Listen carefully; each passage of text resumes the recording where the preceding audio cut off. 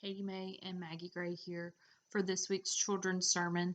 The scripture is from Mark chapter 1, verses 14 through 20, and it deals with the Jesus way of fishing.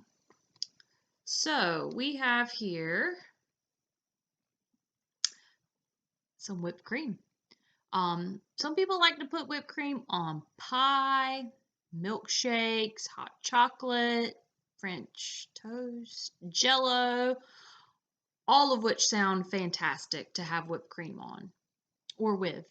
Um, One of the things I've noticed about adding whipped cream to certain foods is that it makes even awesome foods taste even more awesome, even better, even yummier. For example, sometimes if I want some pumpkin pie and there's no whipped cream, I'll say, yeah, I don't really care for any pumpkin pie. But if they say, do you want some pumpkin pie with whipped cream? I'll say, yes, please.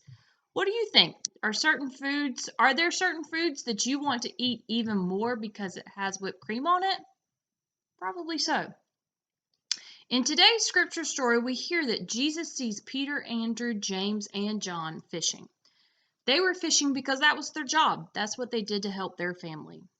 Jesus then invites them to stop working and to start following him and him as his disciples. The story says that Peter, Andrew, James, and John immediately laid down their nets and followed Jesus. They didn't even have to think about it, they just did it.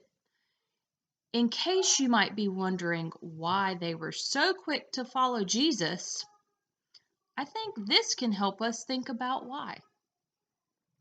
In the same way whipped cream helps someone like me remember how much I like pumpkin pie, so does Jesus help people like Peter, Andrew, James, and John remember how much they like God.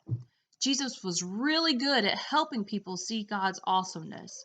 Jesus was also really good at teaching his disciples, like Peter, Andrew, James, and John, how to better receive God's awesomeness, how to receive God's light, love, and healing.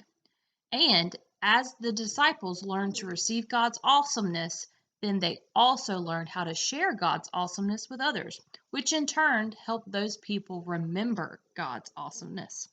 The same thing is still true today for us. As we learn from Jesus, from the Bible stories, how we can better receive God's light, love, and healing, then we are also learning how to better share God's light, love, and healing.